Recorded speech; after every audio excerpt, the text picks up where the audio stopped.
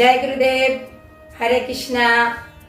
আপনারা কি ছোট্ট একটা কাজ আগামী চৈত্র সংক্রান্তি 14 এপ্রিল মঙ্গলবারের দিন করলে সর্বপাপ ক্ষয় ফল পেতে পারেন, সেইটা কি কাজ?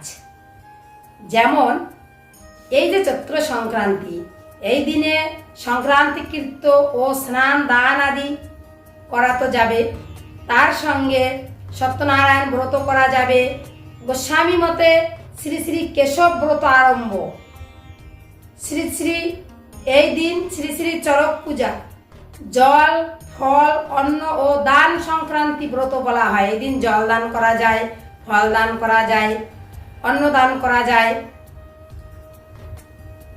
ধর্মঘট ব্রত, শক্তু ও জলপূর্ণ ঘট দানে সর্বপাপ ক্ষয় ফল। এই শিবনারায়ণ পুজো করা যায়। অসত্য ও তুলসী বৃক্ষাদিতে জলধারা দান করা যায়, সেইটাকেই বলা হয় বৈশাখ কৃত্যারম্ভ। যে আপনারা সংক্রান্তির দিনের থেকে তুলসী গাছে জল দান করবেন, এবং এই তুলসী গাছে জল দান করলে যে ফল, সেটা আমি আরেকটা ভিডিওতে বলে দেব বৈশাখ মাসের ব্রত মাহাত্ম্য কথায়। কিন্তু এই ভিডিওতে আমি বলবো যে আপনারা এই যে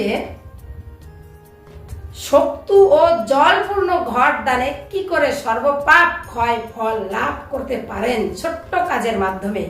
যেমন আপনি চৈত্র সংক্রান্তির দিন হনুমান জয়ন্তী হয়, আপনারা বাড়ির আশেপাশে যদি তাই হয় তো সেখানে গিয়ে আপনি ব্রাহ্মণকে দিতে পারেন।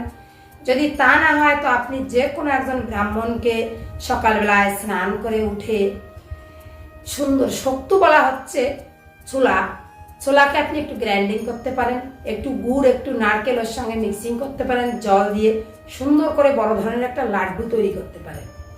সেই লাড্ডু এবং তার সঙ্গে আপনি একটা জল, একজনের কিছু খেতে দিলে তাকে জল দিতে হয়, এই জল পূর্ণ একটা ঘট, যেমন আপনি পিতলের ঘট ও দিতে পারেন।